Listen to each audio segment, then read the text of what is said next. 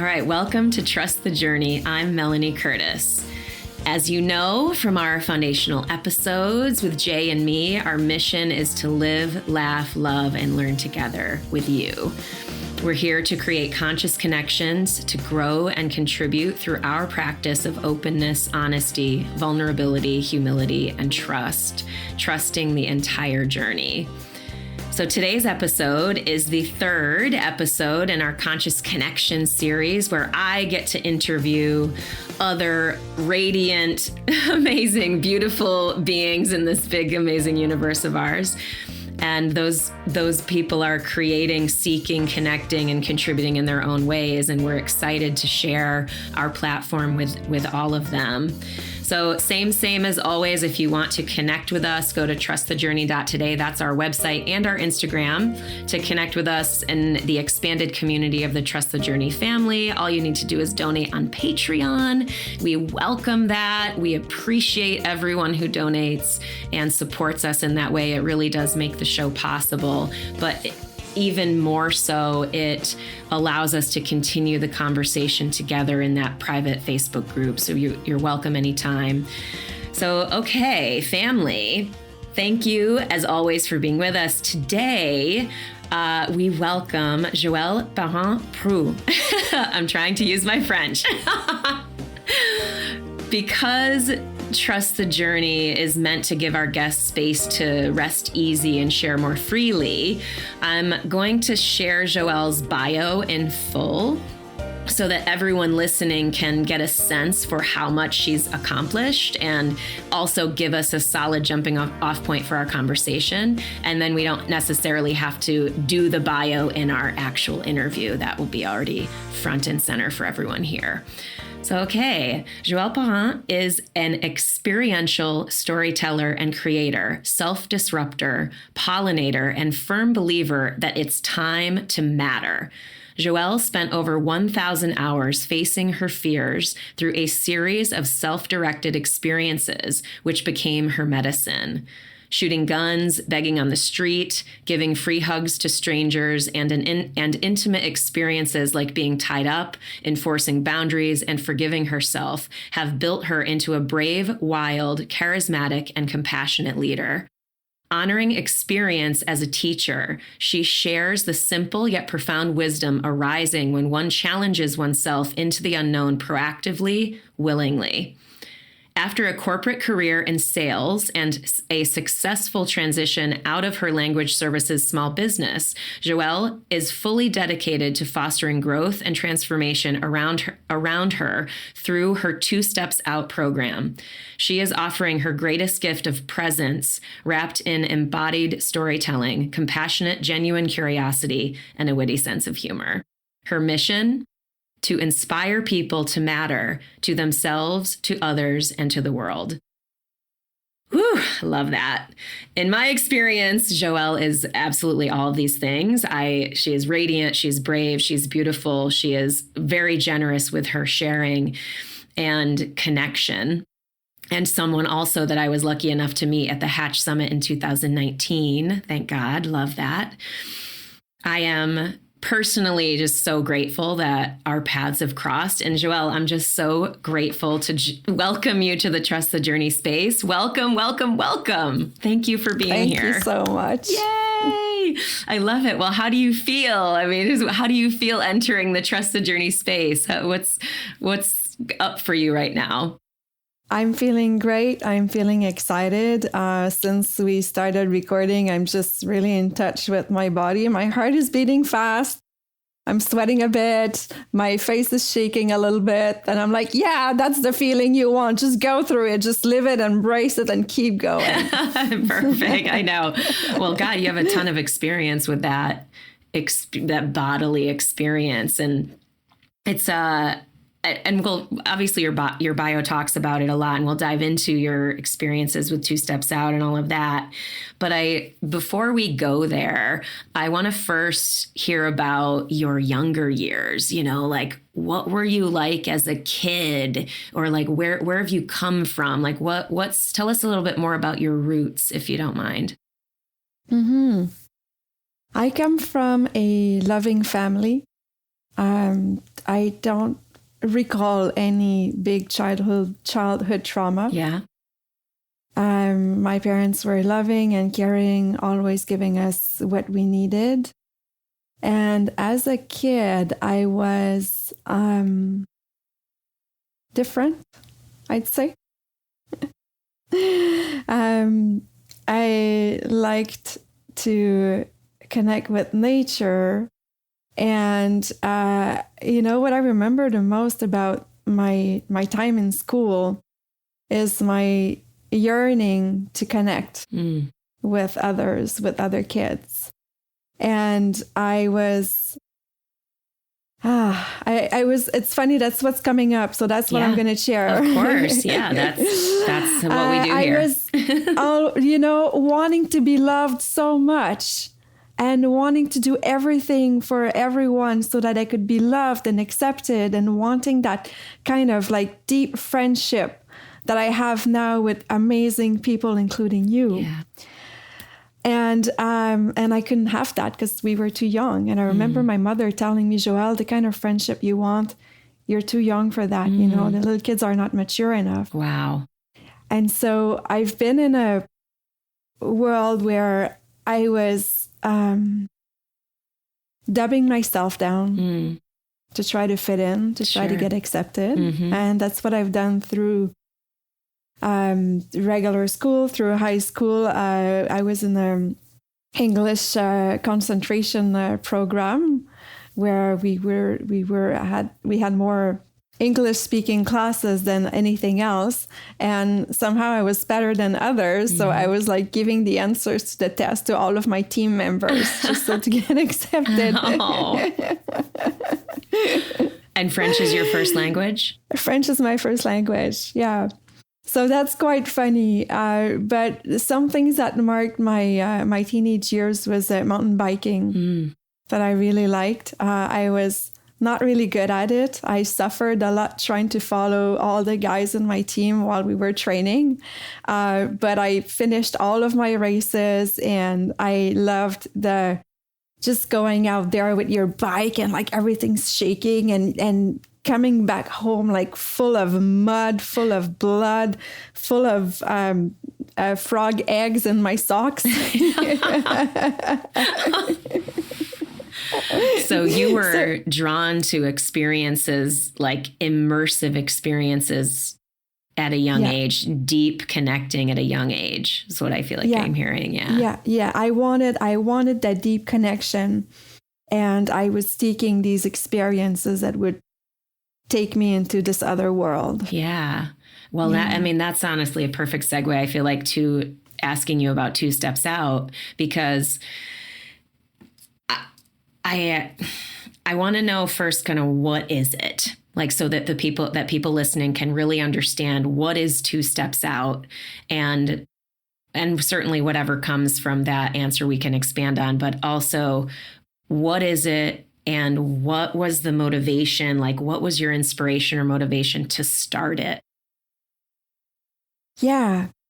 It started in a shamanic ceremony where I met my box. The box in which I felt stuck.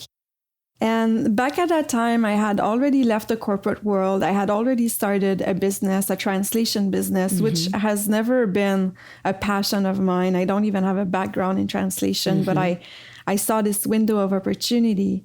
And then during that ceremony, the medicine showed me, hey, girl, you're not really happy, huh? Hey, girl, just tapping you on the shoulder. Just look over here. Nice.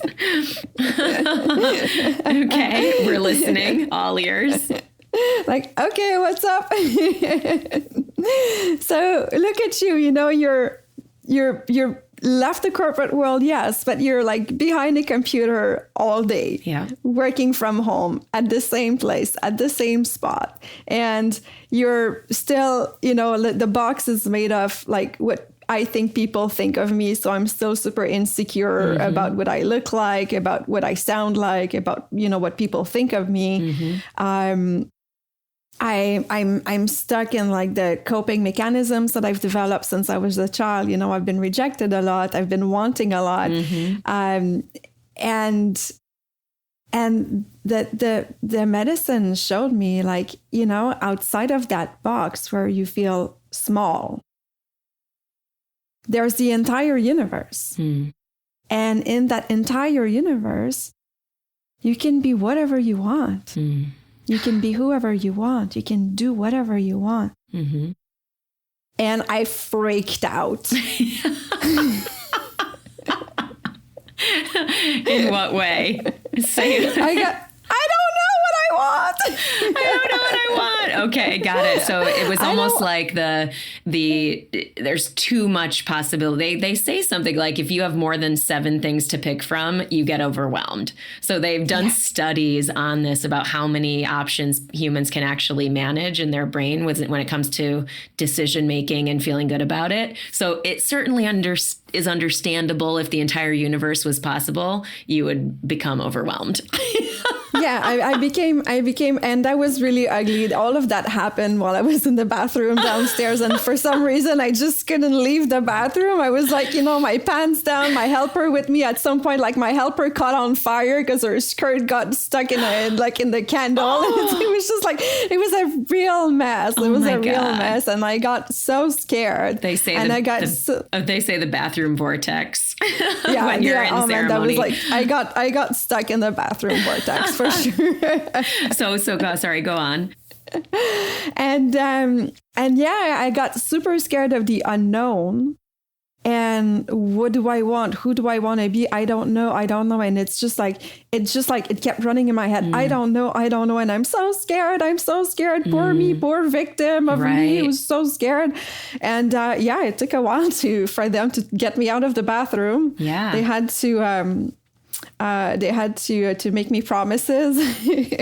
And at some point I ended up going out of the bathroom, and I remember sitting on my sitter's lap, crying and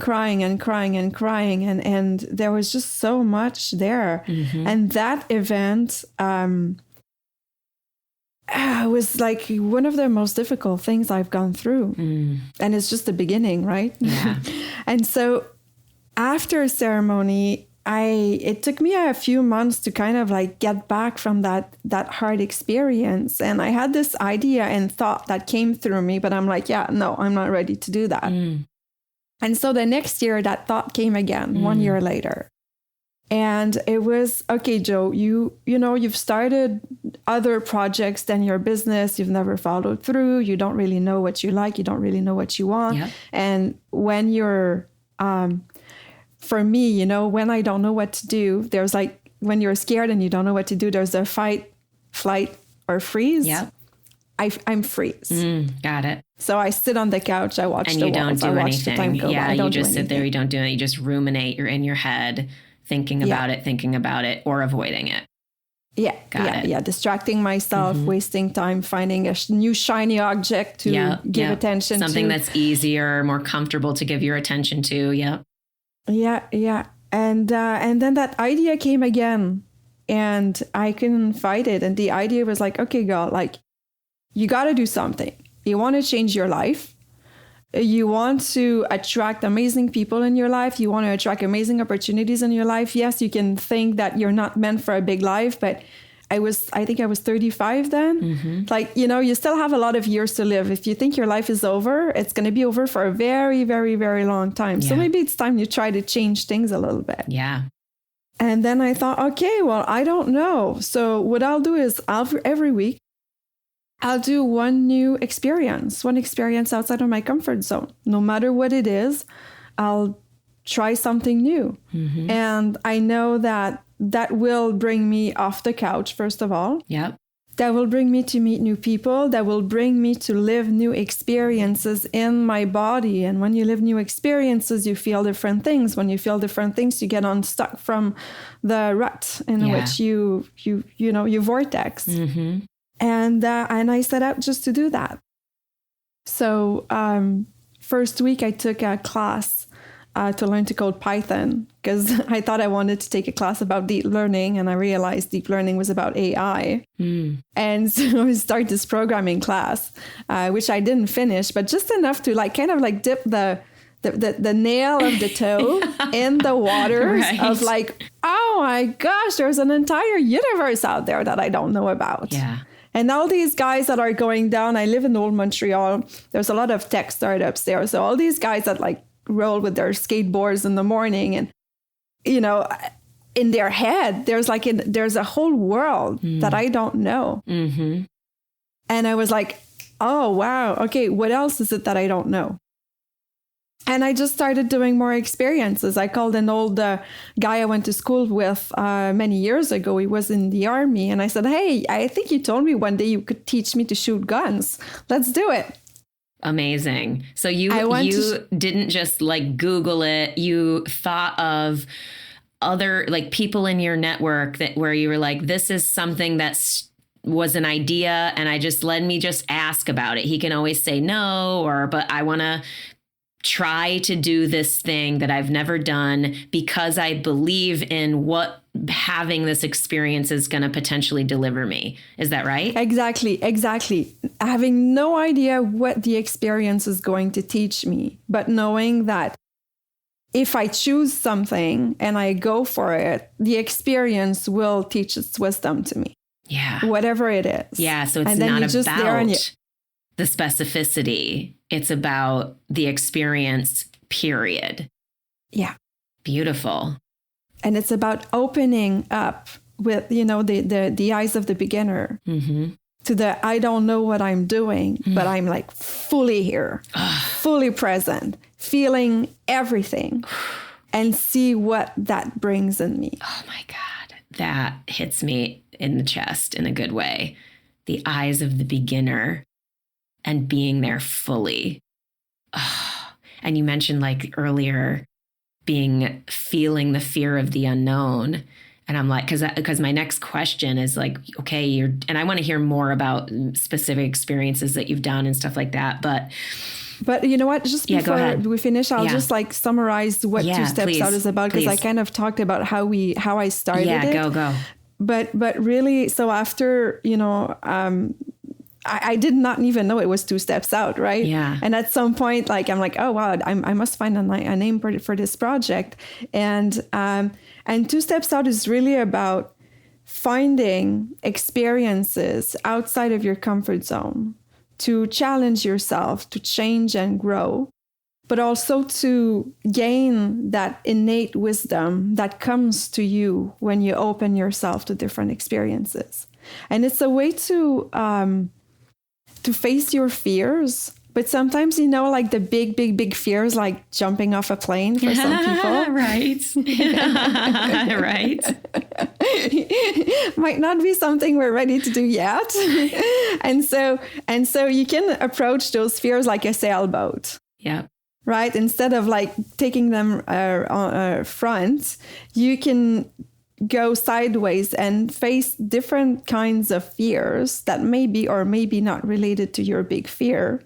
Because what you're doing is you're practicing, you're putting a safe container around you and you're practicing facing your fears and getting into that space of vulnerability in a safe space. Yeah. How did you do that with the safe container? Because that speaks volumes, this idea of, you know, tacking, going at fears, you know, going sideways, but like not feeling like the only way to grow and to get the wisdom from experience like you're talking about is to, oh, I've had this experience or I've had this idea of this is something I need to do or face my fear, but maybe it's too big.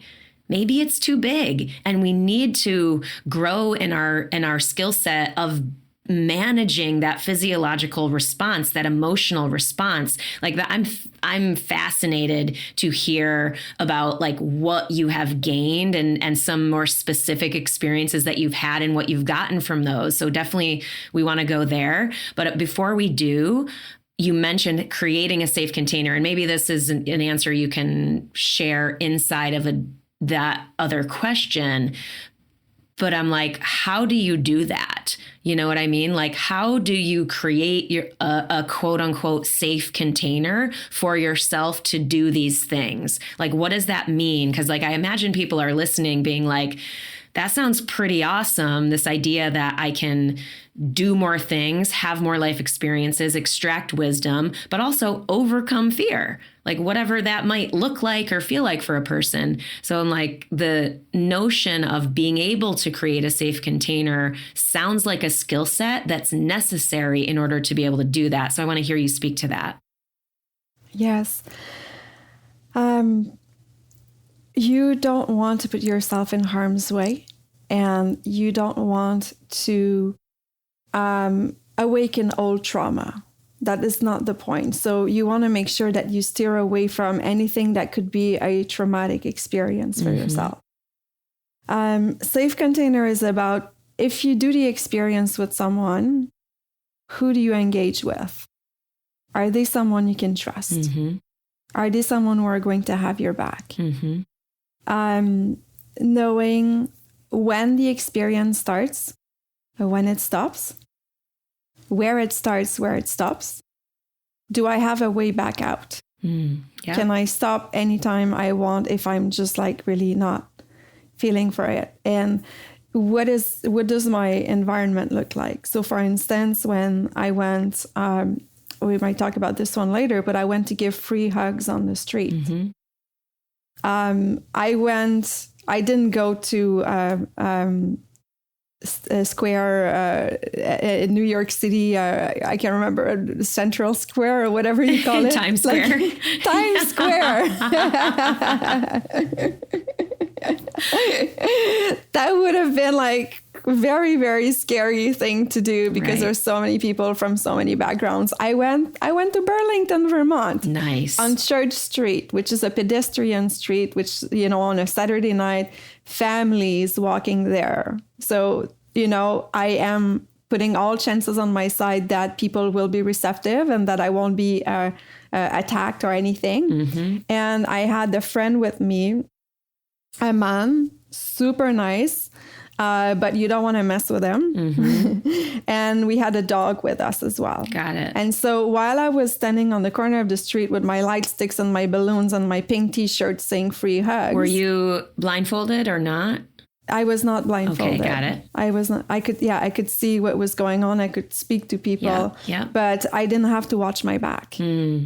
Right? Because my friend who was filming me was making sure that if anything happened, like at some point, a crazy person came by and started talking about conspiracy theories and was a little bit aggressive, like my friend walked closer to see if I was able to handle the situation. But if like something would have happened, he would have jumped and he would have helped me. Got it. So, you know, I created that safe container around myself. Very deliberate, very thoughtful about the specifics around the experience that you're taking on. I love that. Go on.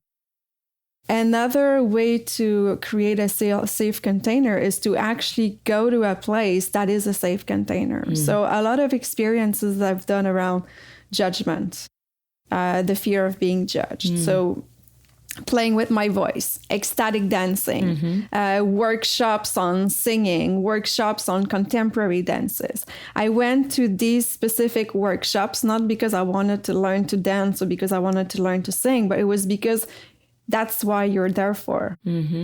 So people, the host expect you to be playing around with your voice. They encourage you to do it. They embrace it. And so I can, you know, I can try all of these sounds, knowing that nobody's judging me. And so that is a very easy way to create that safe container about things that we feel insecure about, like, you know, the fear of being judged. Beautiful. Wow. Oh, so cool. What's one of the experiences that you've had that you would say was, I don't know the most, but like, what's a standout one? Because you've had now, how many have you had? And out of them, like, not the most, because I'm sure they're apples to oranges, very difficult to compare, but maybe they are. I don't know. You have to tell us. But I'm curious, like, what was a standout experience that you had, and what did you get from it?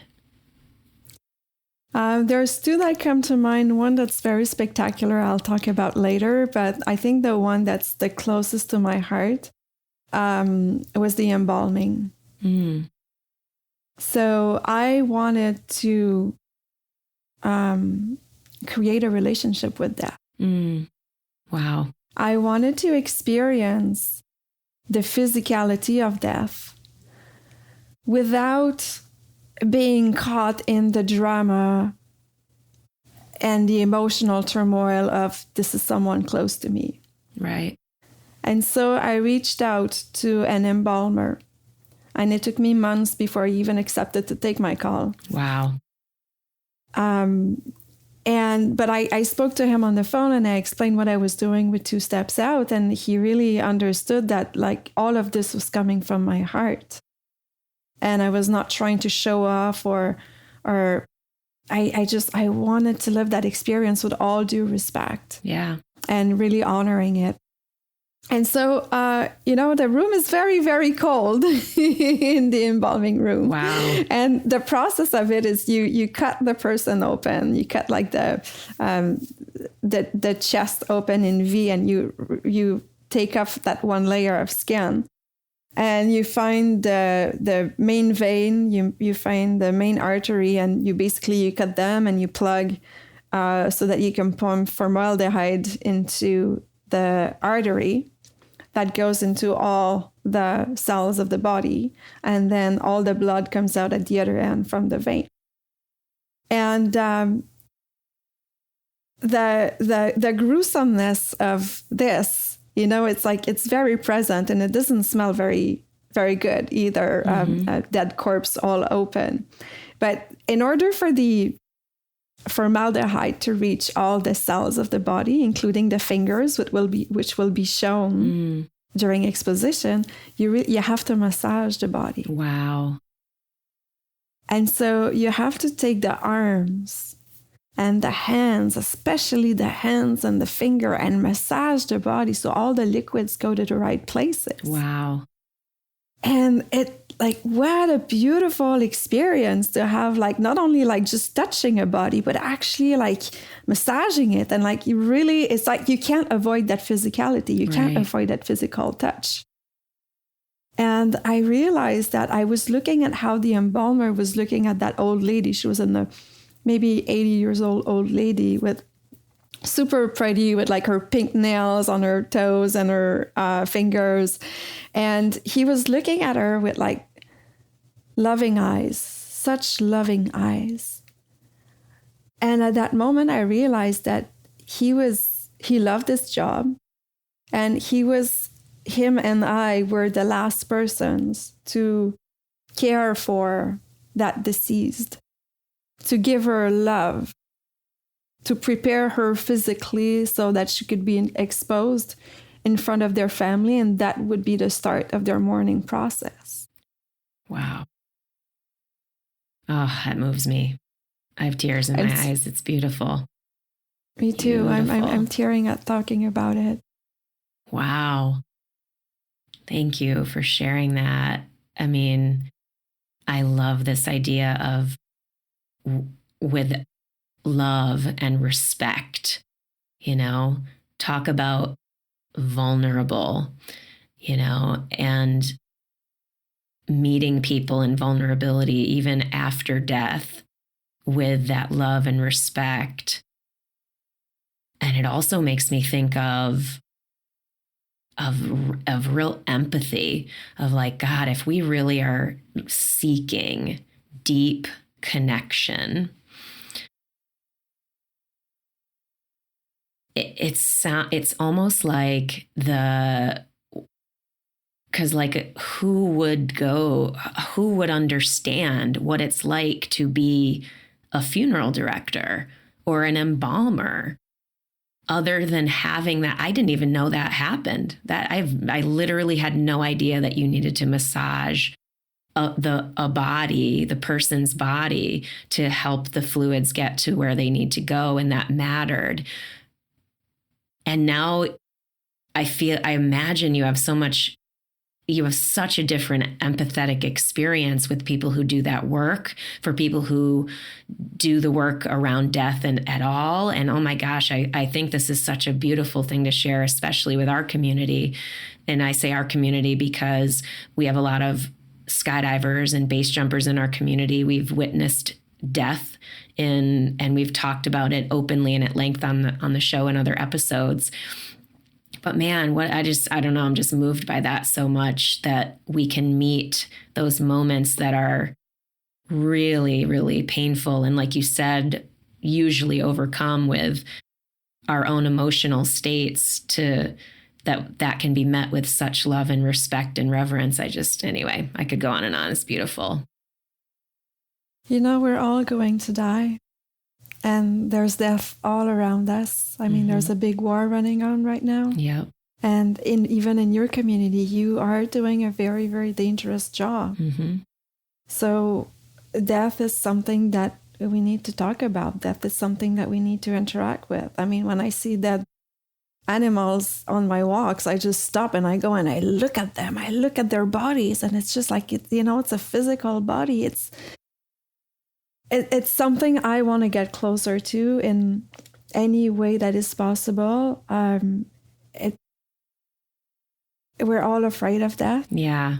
It begs the question. So let's make friends with it. Yeah. Begs the question of, why do we want to avoid that? Yeah. Because it's the big unknown. Yeah. Huge. So fascinating. I mean, a lot of people, we talk about ceremonial work and healing work with medicines and how that can sometimes help people release that fear of death as well. I have not yet had that experience personally. Maybe you have, but no. Yeah, and that's something we talk a lot about here too, is our own spiritual journeys, and I would be curious, what is something you could share with us about your own spiritual journey? Maybe this 2 steps out in your experiences, and this particular story is a very good example of that. But do you have a spiritual, what is your spirit? You know what I mean? It's sort of a weird question to ask. You don't even know where people are with this, what does it mean to you? And what is it that you do to keep your spiritual self healthy and evolving? What would you say to that? That's a big question. I'm still figuring it out, and I'm still trying to figure out. I think what's most important to me is my connection with the universe. And I think I'm going to answer that question backwards. Yeah, do it. What I realize is that I'm the happiest, or I do my best work when I'm happy. And I'm the happiest when I play, and especially when I play with the universe. And for me, playing with the universe is really in everything that I do in life, in the experiences that I choose and things that happen to me and the way I react to them, and all of that, that dance of energy is feeling that there is something greater than me that's there with me, and getting all of these, I call them the surprises. The universe winking. Yeah, those winks, right? Those synchronicities, those moments that everything just happens at the same time. I go for my angel walks, and I do introspective work, and then I figure out something. I'm like, oh wow, and I turn around and bang, right at 12 o'clock, there's this big fireworks that bangs, because I'm in the old port, and sometimes they do fireworks, things like that.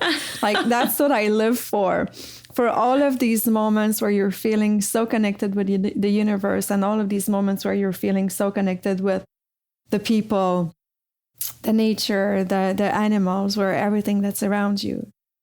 And how I go about deepening that, I've done quite a bit of work with shamanic medicine. Mm-hmm.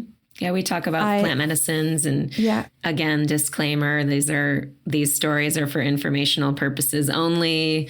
We are not suggesting you do anything illegal or outside of a doctor's recommendations. Just know that always applies to the sharing in this space, that this is for informational purposes only. Absolutely. I do meditate. Mm-hmm. My first meditation was Vipassana about 15 years ago. Talk about 2 steps out, precursor. Yeah. I never meditated in my life. And my first minute of meditation ever was the first minute of a 10-day Vipassana retreat. Talk about wanting to do something like extreme. That's why I'm like, Joëlle is a perfect fit for the Trust the Journey family in our community. Because you go big and you really deep dive in whatever it is that you're doing. It's amazing. Like, it's really very cool. And obviously there's so much wisdom we can gain from all of your stories, but I just want to acknowledge you for that, because it's inspiring to see what you have done and what you are willing to do, because it undeniably, at least for me, shows and leads by example and goes, oh my God, if she can do that, I can do that. So like, that's an amazing contribution to others. Like, you talk about your mission to matter. It's like, what am I doing for myself, for others, and for the world? That's something from where I sit, that's an absolute easily identifiable contribution. So thank you for that.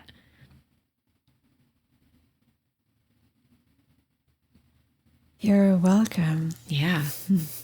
Yeah. And going back to spirituality, I'm still trying to answer that question for myself. Yeah. I think my work is about just deepening that connection with, whatever we call God, the universe, primal source, and that happens in many ways. That happens through meditation, through prayer, through dedication, but that happens also through being fully present, honest, open, and vulnerable with everything that comes through us and that comes to us. Yeah. Keep going. It's about faith and believing. And those signs of the universe, you could see them as coincidences. A lot of people would see them as coincidences, but we have a choice on our beliefs. Yeah. So I choose to believe that all of these coincidences that happen are actually signs and messages and surprises from the universe to tell me something. And sometimes it's just a high five, like, hey, you're in the right place. You're doing exactly what you're supposed to be doing. Keep going, girl. Just a little pat on the back. And sometimes it's a message. Sometimes it's an angel. Sometimes it's an ally. Sometimes it's, my tribe gathering around me to help me accomplish my mission, or to help me put forward my contribution. Yeah. So that's kind of how I see it in a nutshell, very, very simply. How, I imagine some of the things that you did for 2 Steps Out or are doing for 2 Steps Out, I would guess is the universe, like the idea at all was something you got in your growth work and you didn't listen, and then it came back, and you didn't listen, then it came back, and you finally were like, okay, I'm going to actually action this. I'm going to decide. I'm curious, like, how do you decide what to do? Like, how do you come up with the things that make it on the list for 2 Steps Out experiences? What's going on in my life right now? So for instance, I think week 3 was having a hard conversation about my boundaries. Mm-hmm. because a friend who had been invading my boundaries a lot, even with warnings and with conversations. I think we've been like on small talk for 6 months, going for coffee and doing small talk. And you know me, I just can't handle small talk. Right. I'm like, okay. It's like every time, like my gut is like, okay, you gotta say it. So he invited me over for supper. I'm like, okay, today's the day. And so, you know, because I know I need to do something out of my comfort zone every week, instead of being, oh, this is my issue, this is my problem, I need to face it, was like, okay, today I choose to do this. And it totally changes the perspective on the experience. Now I'm going to have the experience of stating clearly my boundaries and stating where they have been crossed. And I'm not going to back out, and I'm not going to justify myself, and I'm going to stand up for myself. So when I get to that restaurant, when I get to that supper, it's not about, okay, I feel uncomfortable, you know, maybe I should talk about it, maybe not. Like I've made that choice, I've made the decision, and it's not like, it's more about the experience of standing up for my boundaries rather than addressing the issue. And it addresses the issue at the same time. So first of all, what's going on in my life? Second, availability and invitations. Yeah. I've done and a lot of Facebook scrolling events for hours and hours and hours, like just scrolling. And every time I'd see an event that could be interesting, I would open a tab. And then I'd look at all the other tabs and see how I feel. Like it was gut feeling. Okay. So the gut feeling I was expecting was like, you know, like, that kind of like, I don't like this. That sounds really uncomfortable. But at the same time, it calls me and attracts me. Why? You know, that I remember I went to that intro Shibari Kinbaku course, which is Japanese bondage. It's a BDSM technique. And when I opened that tab, there was like, I mean, that I worked in a fetish bar when I was younger. You know, I'm aware of that world, and it's like quite an intriguing and fascinating world. And I've had some really, really interesting interactions. But like now I'm going to that course. Well, maybe next week, you know, or maybe, I think they're giving the course in 2 weeks, or maybe in 2 weeks. So when I see that, you know, when like my mind goes back to it and I find there's the attraction to it, but like I want to procrastinate it, I know that that's the one. Got it. Oh, amazing. That is so useful. That is so actionable. Because I feel like everyone listening, I certainly can relate to that, where you have a resistance to something and also a simultaneous attraction to it, calling to it. So it's like, oh yeah. So getting good at identifying that feeling, and like that mindfulness and that awareness of the feeling, that feeling is one part of, like, if I talk about it in terms of skill, that's one skill that we can get better at. That doesn't even talk about doing it and what it takes to get out the door, to sign up, like, so I'm like, what then comes? So you're like, okay, I've identified this feeling. That's the one. Then what do you do? Then what do? You just go for it. And sometimes going for it takes a lot of effort. When I went begging on the street, for instance, you know, and that's one of the experience that it was actually suggested by a friend. So I look at friends' suggestions as well. Like, hey, Joëlle, you should try either posing in a nude photo as a nude model in a drawing class. Right. Or you could go begging on the street. I'm like, thank you, Jake, for the suggestions. Let me go home and see what I think about it. And I ended up going to beg on the street. And for me, it was a Sunday of April, very cold, very cloudy, like not a cool day to do anything. And I'm like, okay, today's the only day I can go and do something and talk about it and publish my video. I'm busy for the rest of the week. And I know that's like, and that's it. I got that feeling, right? It's begging. You have to listen to that little voice. And we don't like to listen to that little voice because it's scary, you know, it's uncomfortable. But when the voice is there and it's like, yeah, that's begging, it's begging today. Like, okay.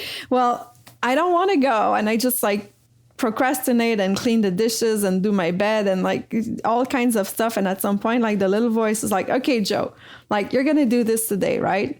So let's just take it step by step.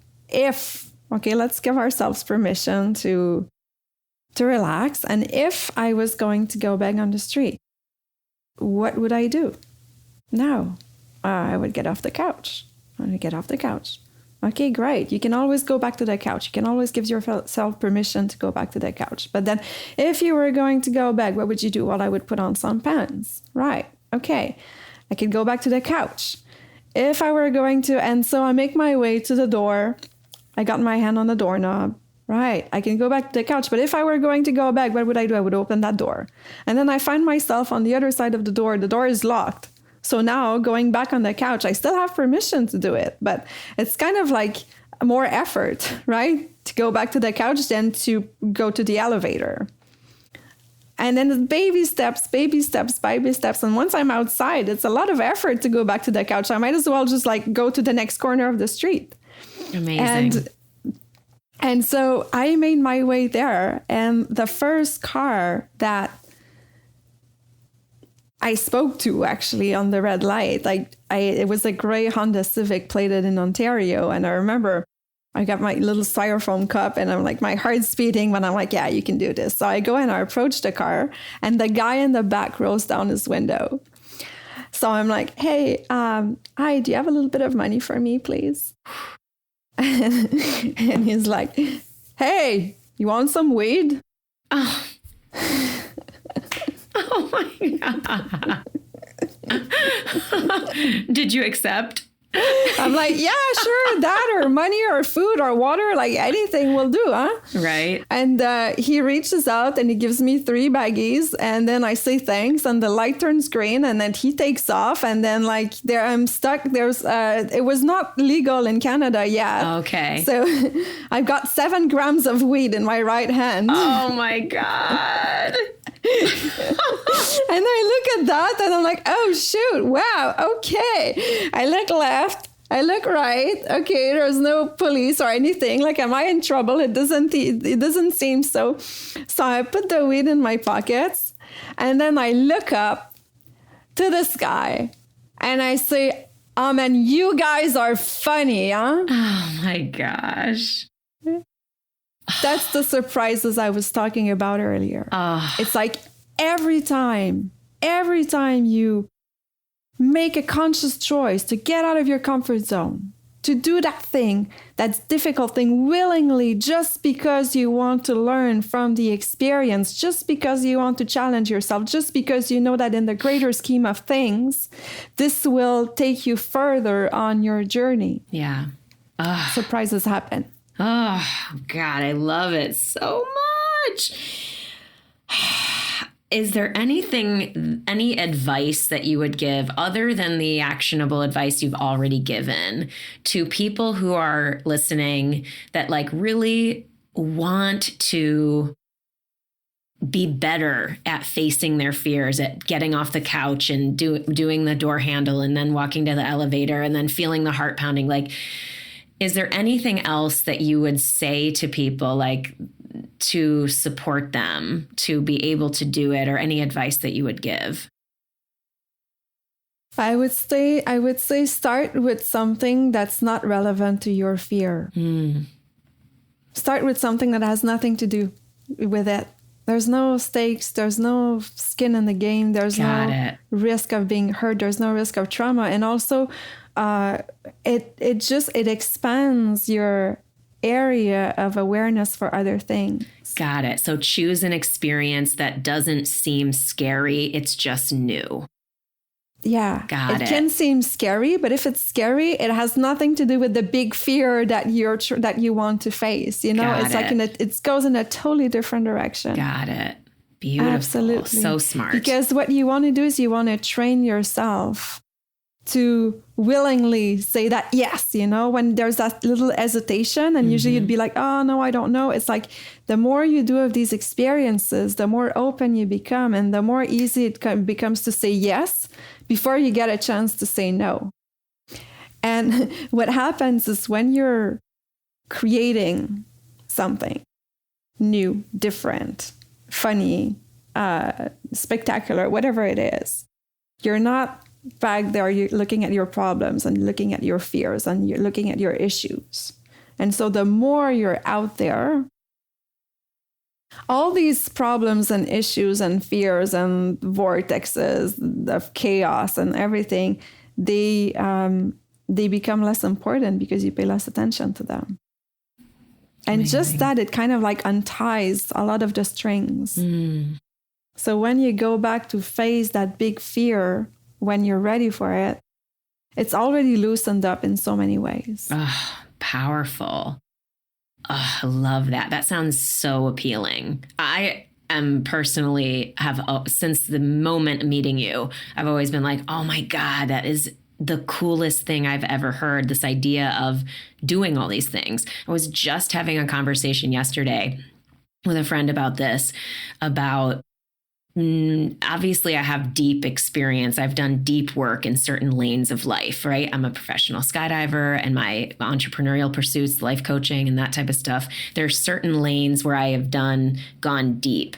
And then there's another part of me, and this is where it's easy for me to see it as me going deep. And I would be curious what you think of this, but having a multitude of experiences, having a calling to life experience, period, is almost that the deep work of experience, of expanding oneself, of sort of growth and transformation, of facing fear and not being limited, right? So it's not that, oh, I've just done a little bit of hip hop dancing. You know what I mean? I'm not good at it, but I've certainly done it.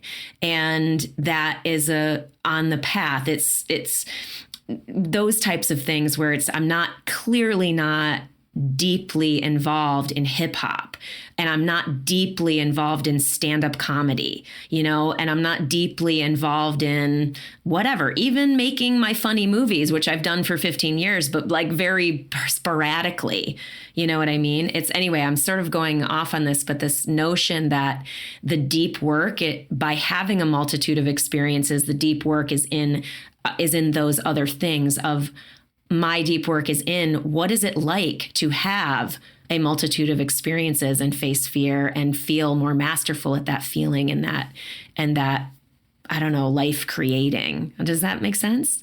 Yeah, it makes sense. So for instance, that deep work in hip hop dancing, for instance, I've done contemporary dancing, you've done hip hop dancing,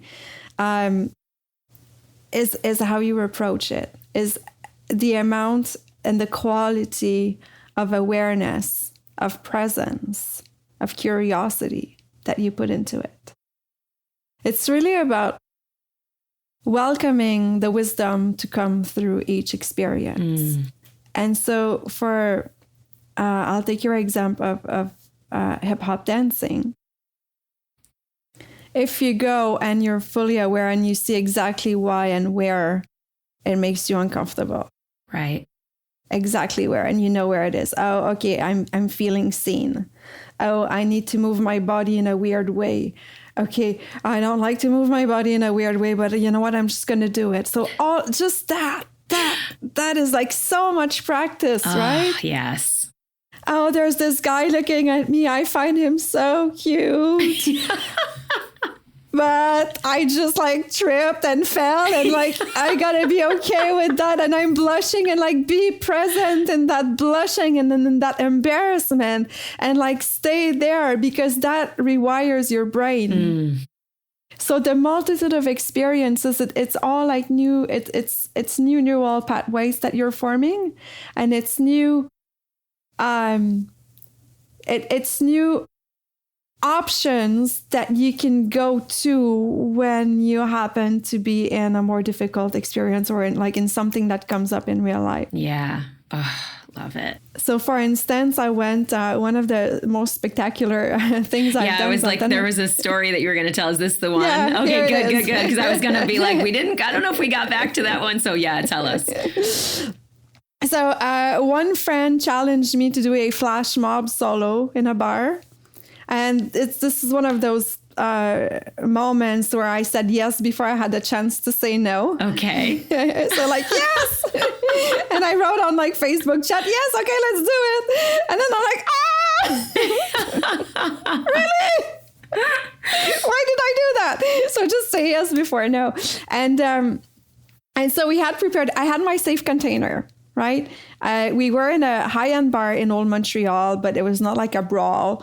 I had a friend with me and I had his friends too. So one of them was filming. I had a few people who were like, they knew what I was going to do. So they were present with me. They were supporting me. I was not alone in doing that. And the friend who challenged me to do it, like, was fully there as well. And he had all dressed up, like, I knew I wasn't alone. So I had my safe container. And so I got into the bar and I just like distributed the lyrics sheet to everybody.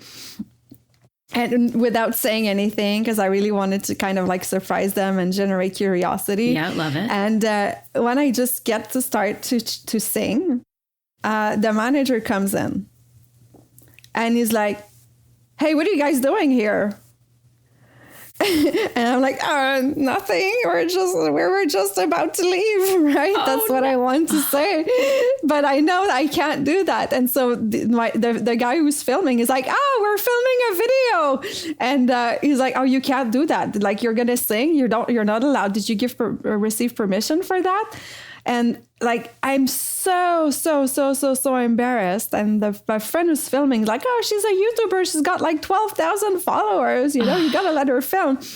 And then my friend who challenged me steps in, and he's a IQ of like 180. I don't know. He's like super smart guy. Uh-huh. And he's like a sharp negotiator, hypnotist, NLP. Good teammate to have. Yeah, good teammate to have. And that whole part is so blurry, I can't remember it. But for like 4 minutes, he's negotiating with the manager. Wow. And I am there, and you can see me on the camera. I'm standing up, and all I want to do is like to melt under the ground. And I'm right there. My friend is like, I'm in my safe container. My friend is taking care of stuff. All I need to do is to stand up, breathe, and be with the most uncomfortable feeling ever. And just be with it. And be with it. And like every second is a choice. Okay, man, I feel you. I feel you. I see you. I feel you. I feel you. And like you just breathe. And rest on the fact that my friend's handling the situation right now.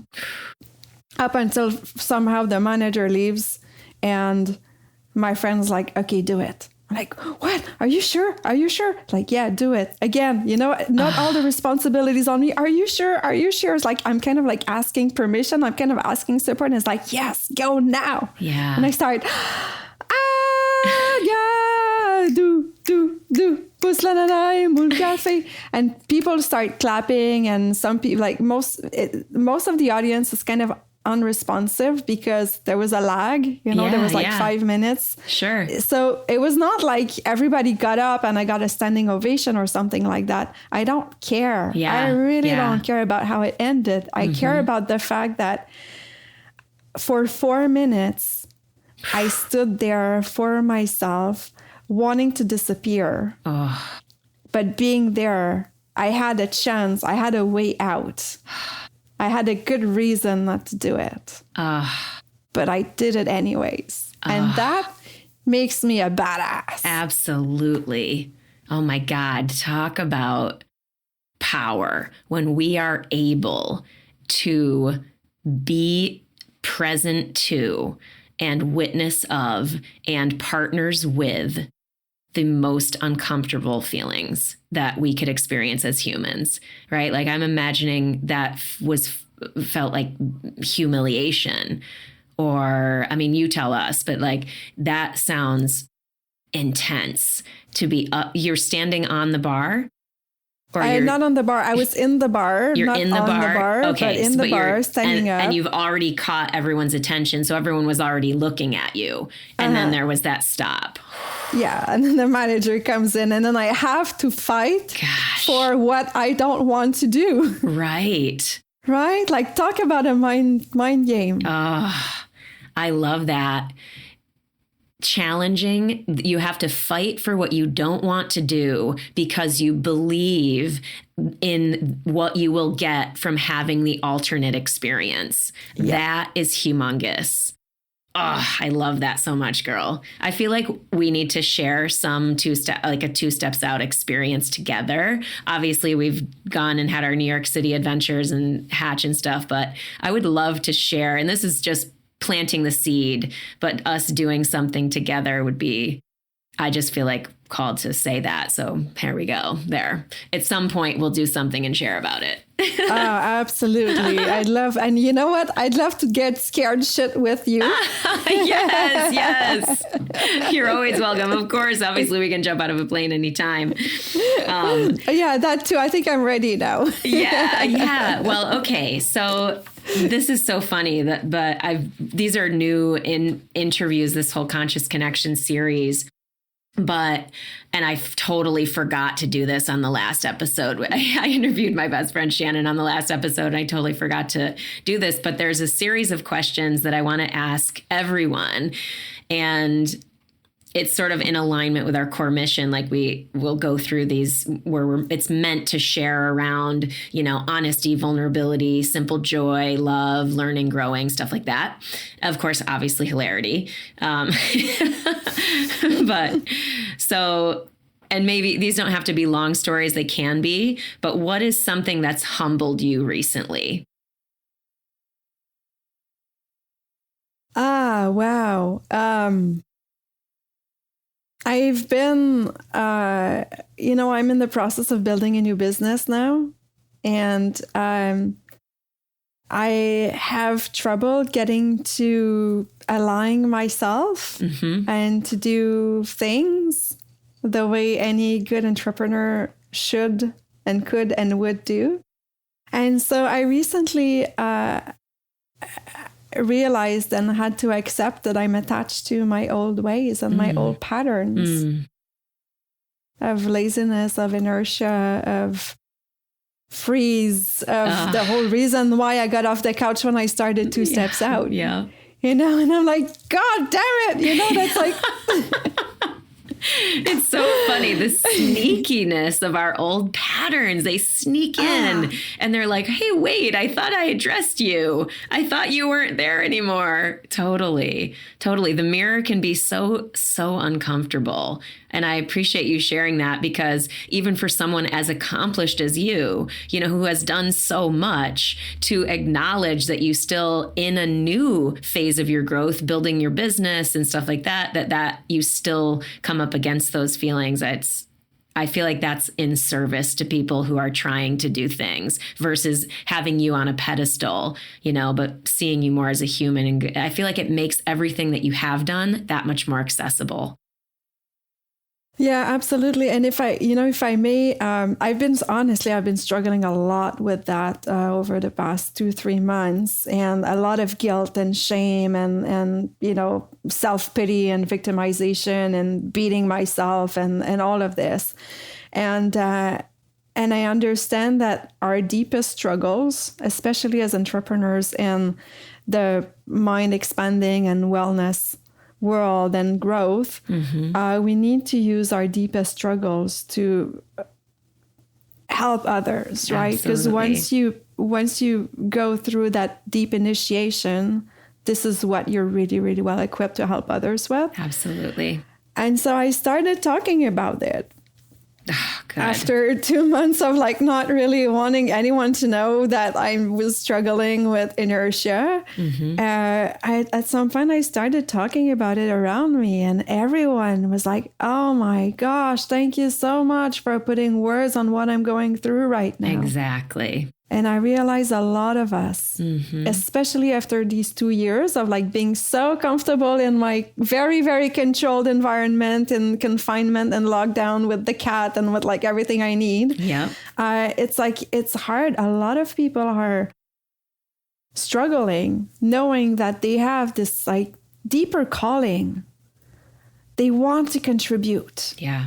And they are successful on many levels, but there's this space where they're just so stuck and so lethargic and so inert and so scared of doing anything. So for everyone who's feeling like that, I got you. And you're not the only one, even like 2 steps out herself. I know. I mean, me too. I've said it too. Like this notion of the inertia is such a powerful word. If that's what it feels like, is that the inertia of isolation, the inertia of being in comfort, of comfort, you know? So yeah, I think that's, I don't know, at least it's certainly resonant for me. But the next question is, what is something that you are loving right now, or something that brings you simple joy?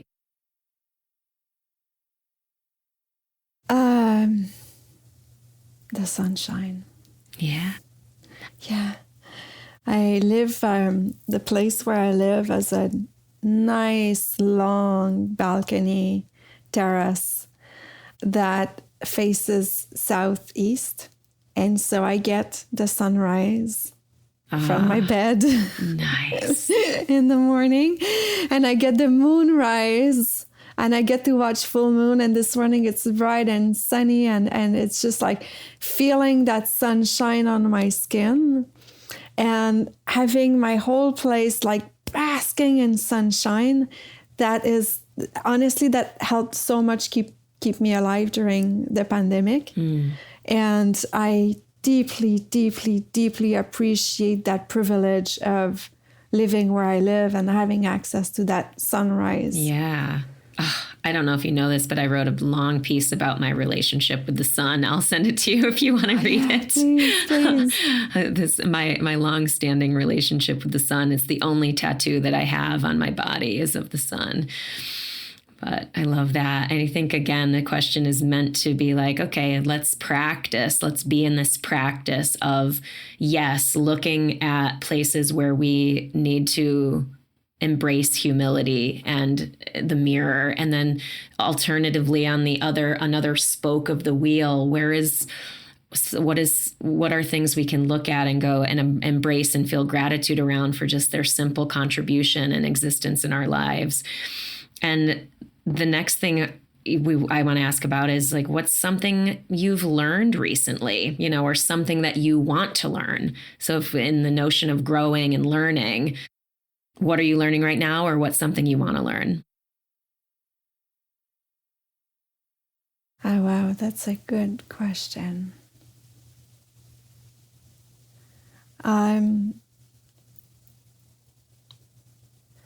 I'd say what I want to learn is I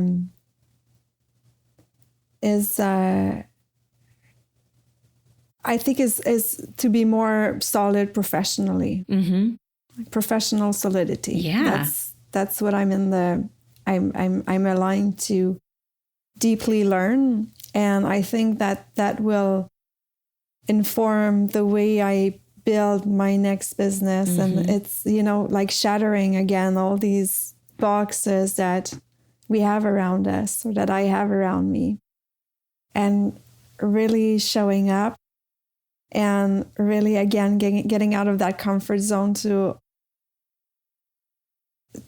offer the wisdom and the knowledge to so many people. And so that requires a lot of like professional rigor and solidity. And that's my next initiation. That's what I'm about to learn. Yeah. And recognizing that as a skill set that you can learn and being like, oh, cool, I want to learn this. It's like framed, the question is framed deliberately that way on purpose. Like, I want to. There's, like you were saying earlier, you're in choice. You know what I mean? You're in full choice about having that boundaries conversation with that friend of yours, right? It's not that, oh God, I have to do this because it's like, I choose to have this conversation. And it's like, oh, great. I've had all these experiences. I've done so much healing work and deep work. And now I want to lean into learning a professional, an expanded professional skill set. Oh, love that for you. I'm stoked for you and the world to have more of you. All right. 2 more questions. And this is sort of a weird question, sometimes hard to answer, but what's something, if you have a story that, or something that made you really laugh recently, or so you can answer it as in what's something that you find really funny, just periods, and, or what's something that made you really laugh recently? Oh, yeah. I went to this acceptance retreat and I was paired for a game with a super, super, super cool girl.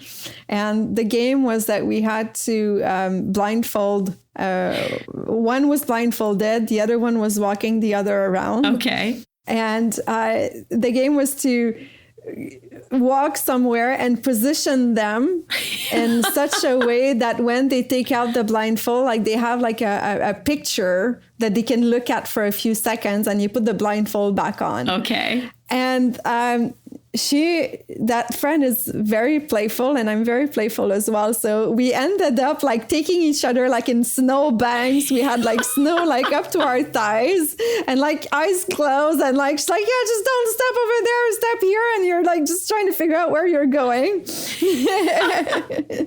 to be like laid down in the snow. And then she's like, okay, you can open your eyes, you can take your blindfold, and I've got like this beautiful tree above me, and I can do angels in the snow. So just like the foolishness of like having snow all over like in my boots but going for it. And we laughed and we laughed and we laughed, and it was so fun. There is delight. I say this a lot because I laugh a lot in general when I'm just existing. I find a lot funny. I think life is comedy in general. It's like one of my most core values is this calling to like this hilarity of life. And one of the things that I've brought from it, and your story perfectly illustrates this, is that it's not necessarily that everything is funny. Of course, there's lots of stuff that is not funny. There's lots of stuff that's deeply moving and deeply painful and all this stuff.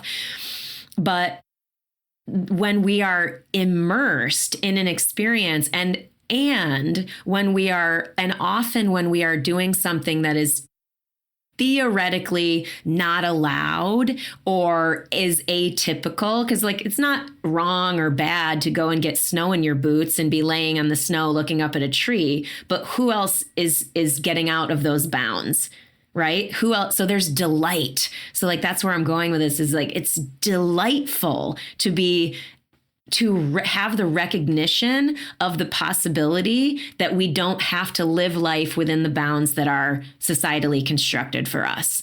And like that is just, for me, brings about all this, just it makes me laugh and it makes me feel delighted at life when I'm going, yes, oh, I actually can do this. You know, just recently I posted a video, made one of my funny videos where it was stupid, but my friend and I just, fell down skiing, and then we made this joke movie about how cool we are, but yet we clearly suck at this thing that we're, you know what I mean?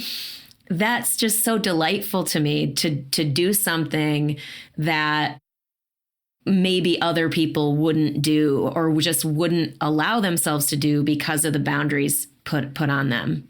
You know what I mean? Yeah, I know what you're talking about. You're talking about play, and quickly I realized that all the experiences that I've done, I labeled them, clustered them, organized them.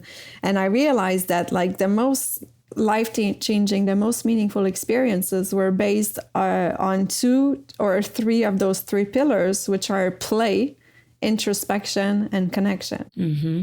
And so play is so, so, so important. Oh, so important. It loosens you up. So important. Oh, yes. Yeah. All right. Last question. Okay. So if you could initiate a positive change in the world, which obviously you're already doing, what would your vision be and why? And so like, it doesn't, have to be like the all in, it saves humanity. It could be something simple as well, something small. But what is something that you believe that would have the potential, to influence the future of humanity or simply improve the day-to-day for experience for yourself and others? Like sometimes it's simple, sometimes it's big. So it doesn't have to be, you know what I mean? It doesn't have to be, I'm going to save the world, but it can be. Yeah, I mean, that's an easy one. That's 2 steps out, right? If everybody could just grab the very simple, easy concept of 2 steps out and be like, okay, today I'm going to do one experience outside of my comfort zone. I'm going to say no for the first time to someone who's been abusing me. Wow. Yeah. Today I'm going to do something out of my comfort zone. I'm going to call someone I hurt 3 years ago and ask for forgiveness. Mm-hmm. And if they don't want to talk to me, well, today I'm going to get out of my comfort zone. I'm going to forgive myself. Beautiful. And so if we see everything as a choice, I choose to make this experience, or I choose to make this an experience of challenge, and you go through your life like this, everybody would be better off.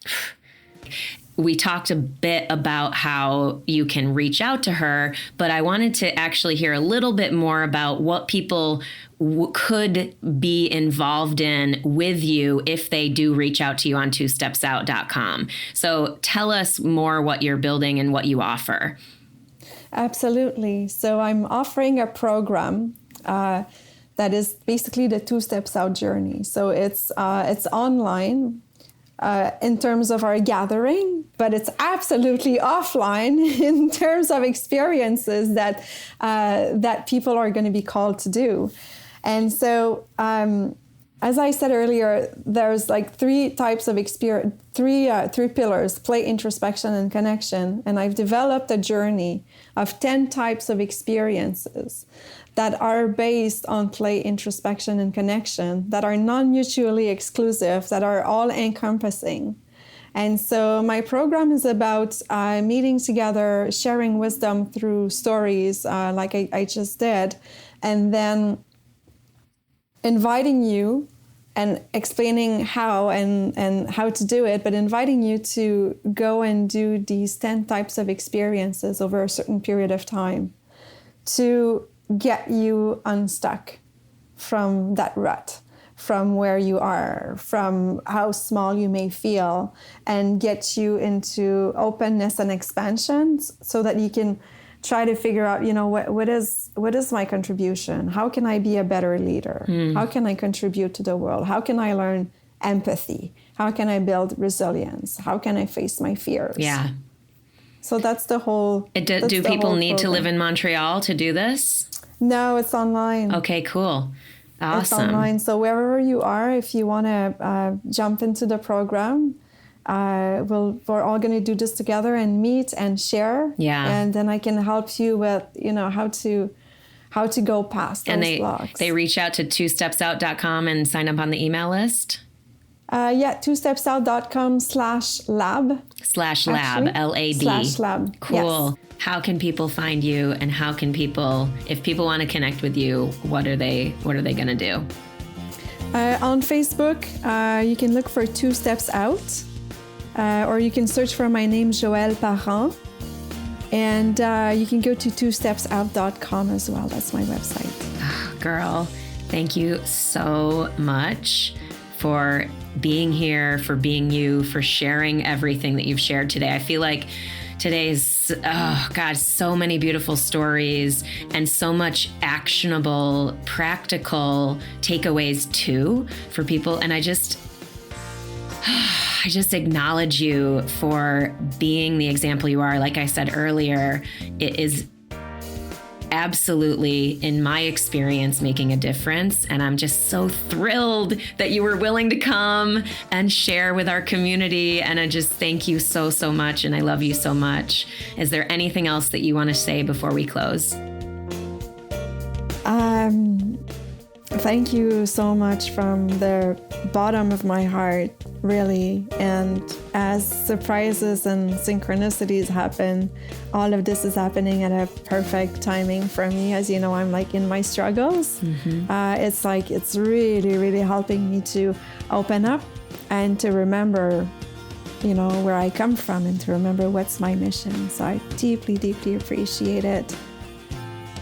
And our connection and the love. Thank you so much. Yes, the love. That is it. For everyone listening, we love you as well. And thank you so much for being here.